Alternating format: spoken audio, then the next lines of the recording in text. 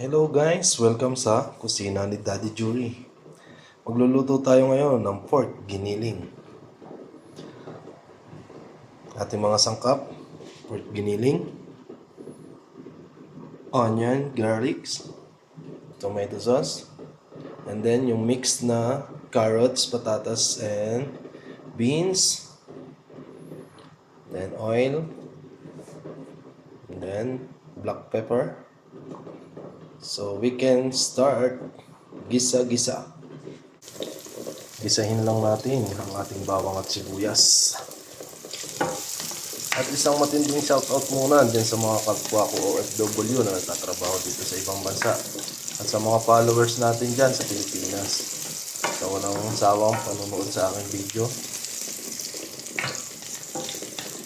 At syempre lalagyan din natin pala ito ng boiled egg. Sunod na natin ang ating pork giniling.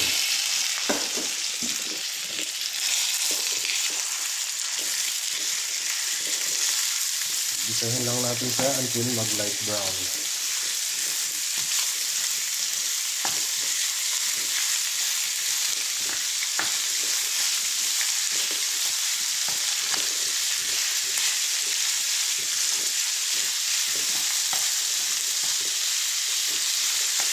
Gisahin lang natin, haluin natin maigi.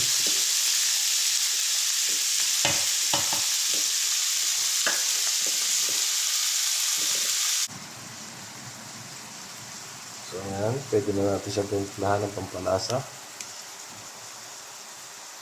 Pamintang durog. Asin.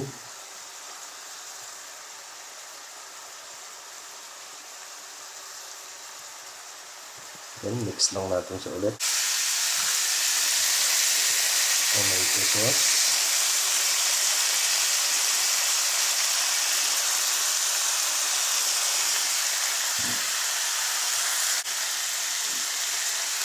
Konting tubig.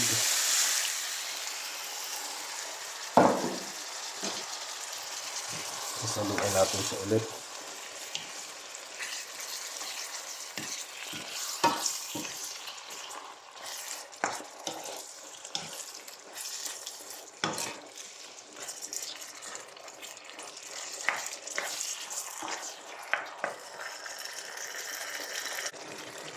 At lalagay na rin natin yung mixed vegetable.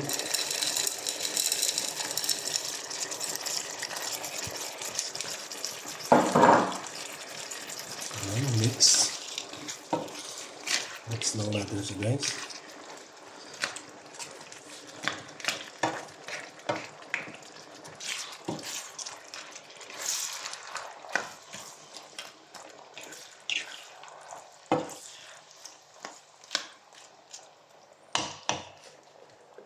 Takpan lang natin siya for 10 minutes. Guys, malambot na ang ating pork giniling. Lalagay naman natin ang pampinali, ang boiled egg. Then, mix lang natin siya dahan-dahan para ma-absorb yung lasa. Pwede na siyang turn off ng pwede nang patay yung apoy niya pag nilagay niya yung itlog. Luto na ang ating pork giniling.